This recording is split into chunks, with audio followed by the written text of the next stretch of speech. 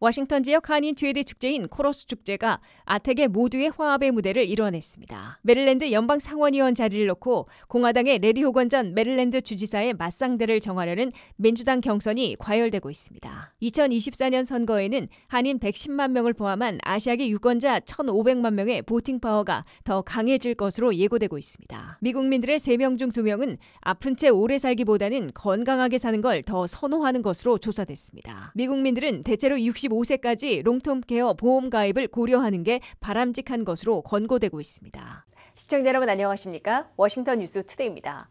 워싱턴 지역 한인들의 전통적인 축제인 코러스 축제가 아텍의 모두의 화합 무대를 이루어냈습니다. 다양한 세대와 인종이 함께 즐긴 코러스 축제는 높아진 한인들의 위상을 실감케 하는 계기가 됐습니다. 김미영 기자가 보도합니다. 지금부터 제21회 코러스 페스티벌을 시작하겠습니다. Now we will begin the 21th Korean Festival! Yeah! 제21회 코러스 축제가 올해는 아텍의 문화유산의 달을 기념하며 봄에 열렸습니다. 3일 개막식을 시작으로 5일까지 사흘간 화려한 축제가 펼쳐졌습니다. 애난데일 K마트 앞 광장에서 개최된 이번 축제는 형형색색의 고운 한복을 입은 한국 학교 어린이들이 한미 양국가를 제창하며 막을 올렸습니다.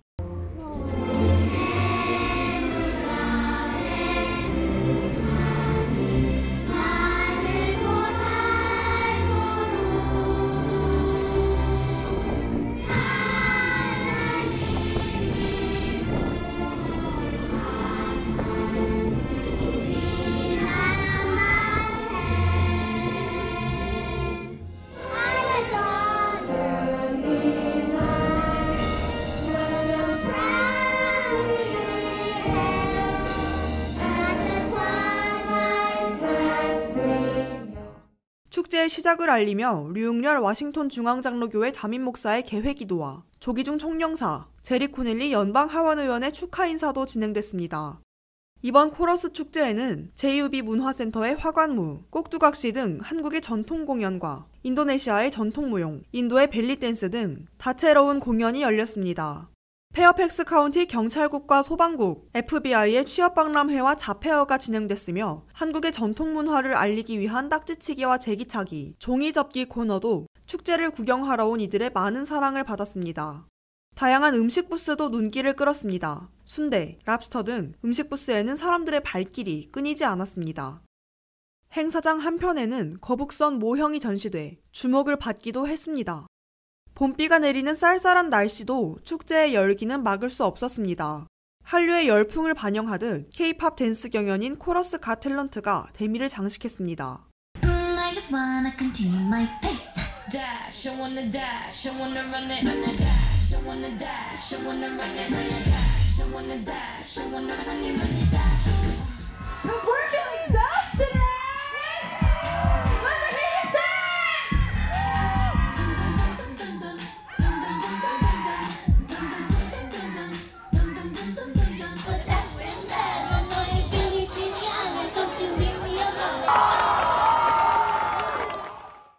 코러스 갓 탤런트는 우천으로 인한 안전 위험으로 한 차례 연기됐지만 관중들의 뜨거운 환호를 받았습니다. 상금 1,000달러에 달하는 대상은 한인 학생들로 구성된 댄스팀이 차지했으며 다문화 청년그룹, 메릴랜드 타우슨대 댄스팀 등이 다양하게 수상했습니다. 한국 문화에 대한 관심이 굉장히 많아서 그래서 더 많은 분들이 관심 있어 하시고 한국 음식도 관심 있어 하시고 그러신 것 같아요. 공식 코러스 페스티벌 공식 SNS가 인스타그램하고 페이스북에 있어요. 거기에 새로운 정보들과 새로운 뉴스, 컨테스트 정보들을 전부 올리고 있으니까요. 다 팔로우 해주시고요. 앞으로 있을 일들을 저희 SNS를 통해서 접하실 수 있습니다.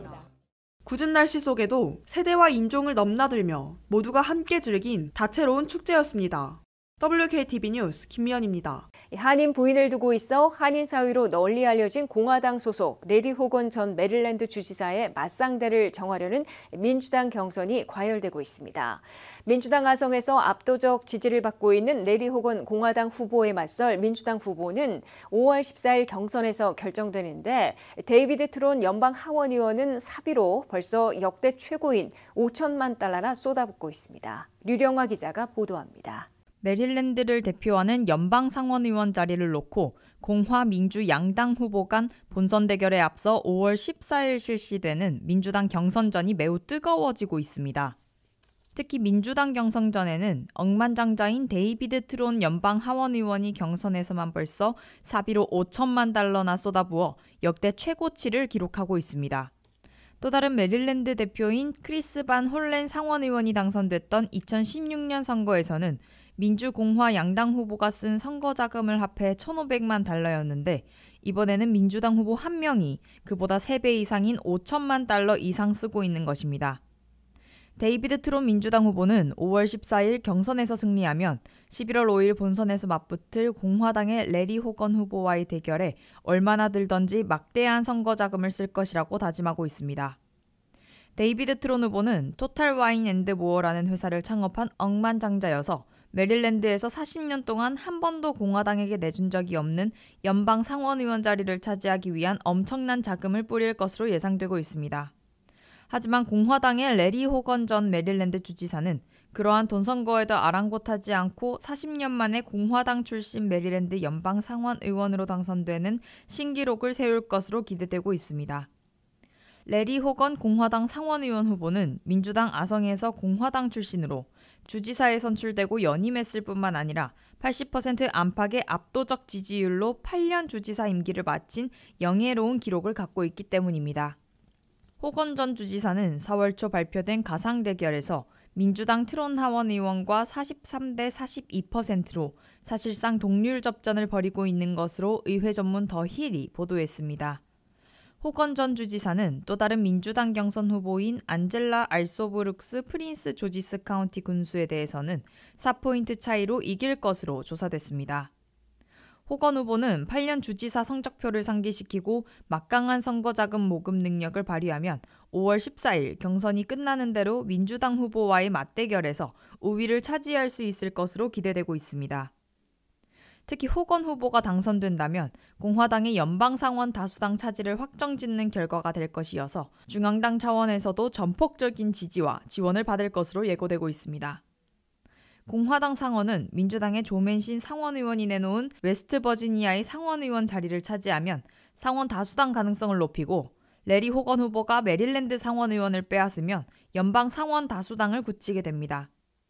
공화당 상원은 웨스트버지니아, 메릴랜드, 몬태나, 오하이오 등 4곳의 연방 상원의원 자리를 민주당으로부터 빼앗아오겠다는 목표를 세워놓고 있습니다. WKTV 뉴스 류령아입니다. 대선과 의회 선거를 동시에 치르는 2024년 선거에는 한인 110만 명을 포함한 아시아계 유권자 1,500만 명의 보팅 파워가 더 강해질 것으로 예고되고 있습니다. 아시아계 유권자들은 2020년보다 200만 명 늘어난 1,500만 명으로 전체에서 6.1%를 차지하고 있으며 대선 때에는 투표율이 60% 이상으로 크게 올라가 캐스팅 보터 역할을 할 것으로 예상되고 있습니다. 한면태 기자가 보도합니다. 한인을 포함한 아시아계 유권자들이 갈수록 승부를 가르는 보팅 블록으로 떠오르며 강력한 보팅 파워를 과시하고 있습니다. 5월 아태계 문화유산의 달을 맞아 가장 빠르게 증가하고 있는 아시아계 유권자들을 끌어모으려는 미국 정치권의 노력도 한층 가열되고 있습니다. 미국 내에서 투표권을 가진 18세 이상 시민권자들 가운데 아시아계 유권자들은 1,500만 명으로 전체에서 6.1%를 차지하고 있는 것으로 퓨 리서치 센터가 센서스 등을 토대로 추산했습니다. 아시아계 유권자들 가운데 한인 유권자들은 110만 명으로 전체 한인 인구 205만여 명의 절반을 넘고 있습니다. 한인 유권자들은 아시아계에서는 중국, 필리핀, 인도, 베트남에 이어 5번째 많은 규모입니다. 중국계가 280만 명으로 가장 많고 필리핀계가 260만 명으로 2위, 인도계가 210만 명으로 3위, 베트남계가 130만 명으로 4위를 차지하고 있습니다. 아시아계 유권자들은 5개 주에 몰려 있는데 캘리포니아에 430만 명으로 32%나 집결해 있고 뉴욕 110만 명, 텍사스 96만 명, 하와이 57만 5천 명, 뉴저지 54만 5천 명으로 집계되고 있습니다. 전체 유권자들에서 차지하는 아태계 유권자 비율을 보면 하와이가 전체의 55%나 돼서 가장 밀집해 있습니다. 이어 캘리포니아 17%, 네바다 11%, 서부 워싱턴주에서는 10%, 뉴저지 9%, 뉴욕 8%, 버지니아 7%, 메릴랜드와 매사추세츠 각 6%, 워싱턴 DC와 일리노이 각 5%, 조지아, 애리조나가 각 4%, 플로리다, 노스캐롤라이나가 각 3%씩을 차지하고 있습니다. 차기 대통령을 판가름할 것으로 보이는 7대 경합지들 중에 아시아계 유권자 비율을 보면 네바다가 11%나 되고 조지아, 애리조나 4%, 펜실베니아, 미시건, 위스콘신 각 3%씩을 기록하고 있습니다. 뉴욕타임스와 공영방송 NPR 등 미 주요 언론들은 2020 대선 때부터 아시아계 투표 참여율이 60% 이상으로 급등했다면서 승패를 가르는 캐스팅 보트 역할을 하고 있다고 보도했습니다.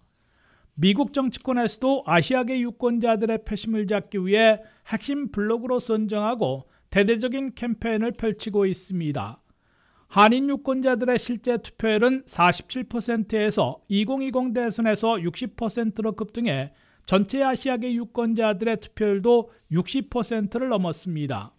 아시아계 유권자들 중에서 베트남계만 42대 51%로 공화당 우세로 나타났고 한인 67대 28%를 비롯해 6대 3의 비율로 민주당에게 더 표를 던지고 있으나 공화당에서는 한인과 베트남계에 대해서는 잠재적 지지자들로 눈독을 들이고 선거 전에 공을 들이고 있습니다. WKTV 뉴스 한면택입니다. 미국민들의 3명 중 2명은 아픈 채 오래 살기보다는 건강하게 사는 걸 더 선호하는 것으로 조사됐습니다. 미국민들의 다수는 이제 90세까지는 살기를 바라고 있으나 무조건 오래 사는 게 아니라 건강한 삶이 더 중요하다고 밝히고 있습니다. 미국민들의 기대 수명이 길어지면서 누구나 오래 살기 바라고 장수할 것으로 예상되고 있으나 대부분은 건강한 삶을 더 중시하고 있습니다. 미국민들에 대한 모닝 컨설턴트의 조사 결과 미국민 대다수는 90세까지는 살기를 바라고 있는 것으로 나타났다고 CNBC가 보도했습니다. 미국민들의 대다수 기대 수명은 남성이 73.5세이고 여성은 79.3세입니다. 평균 기대 수명은 팬데믹을 거치며 줄어들었다가 다시 회복되고 있으나 그 고비를 넘긴 미국민의 노년층은 75%나 의학기술의 발달로 기대 수명보다 훨씬 더 오래 살 수 있을 것으로 생각하고 있습니다. 그러나 장수를 뜻하는 미국민들의 의미가 크게 달라진 것으로 조사됐습니다. 응답자의 66%, 즉 3명 중에 2명은 아픈 채 오래 살기보다는 덜 오래 살더라도 건강하게 살아가기를 더 선호하고 있는 것으로 나타났습니다. 또한 응답자의 62%는 오래 살면서 건강하지 못하면 더 고통스러울 것으로 우려했습니다. 절반 이상은 건강하지 못한 채 오래 살수록 배우자나 가족 등 사랑하는 사람들에게 막대한 부담을 안기게 될 것으로 걱정했습니다. 이에 따라 미국의 시니어들은 오래 사는 기간보다 건강하게 사는 삶의 질을 더 중시하며 노후 생활에 대비하고 있는 것으로 조사됐습니다. 전문가들은 건강하게 오래 살기 위해선 몇 가지 사항을 유념해 실천해 나가야 한다고 권고하고 있습니다. 우선 건강에 좋은 음식을 고루 섭취해야 합니다. 나이에 맞는 적절한 운동 방법을 권고받아 무리하지 않고 매일 조금씩 실행해야 합니다. 규칙적인 꿈잠, 단잠을 자도록 애써야 합니다. 스트레스를 잘 관리해야 합니다. 의료진과 상의해 예방 백신을 주기적으로 맞는 등 질병을 막을 수 있는 조치를 취해야 합니다. 미국민들은 대체로 65세에는 롱텀 케어 장기 치료 보험에 가입하기를 고려하는 게 바람직한 것으로 권고되고 있습니다.